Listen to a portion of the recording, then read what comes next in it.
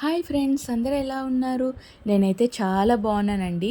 మొన్న జెప్టోలో ఇది కొరియన్‌ది స్పైసీగా ఉంటుంది ఈ నూడిల్స్ అని చూశాను. సో ఇదేంటిది అనేసి తీసుకొచ్చేసా అనమాట. ఇది 54 రూపీస్ పడిందండి.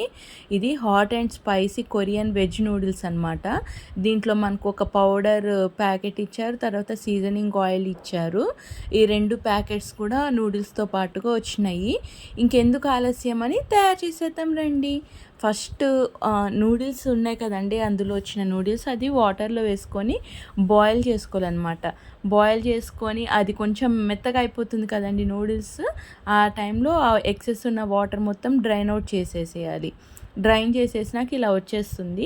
సో దీంట్లో మనకు సీజనింగ్ ఆయిల్ ఇచ్చారు కదండి, సీజనింగ్ ఆయిల్ ప్లస్ ఆ పౌడర్ ఏదైతే ఉందో అదంతా మసాలా పౌడర్ వేసేసుకోవాలి.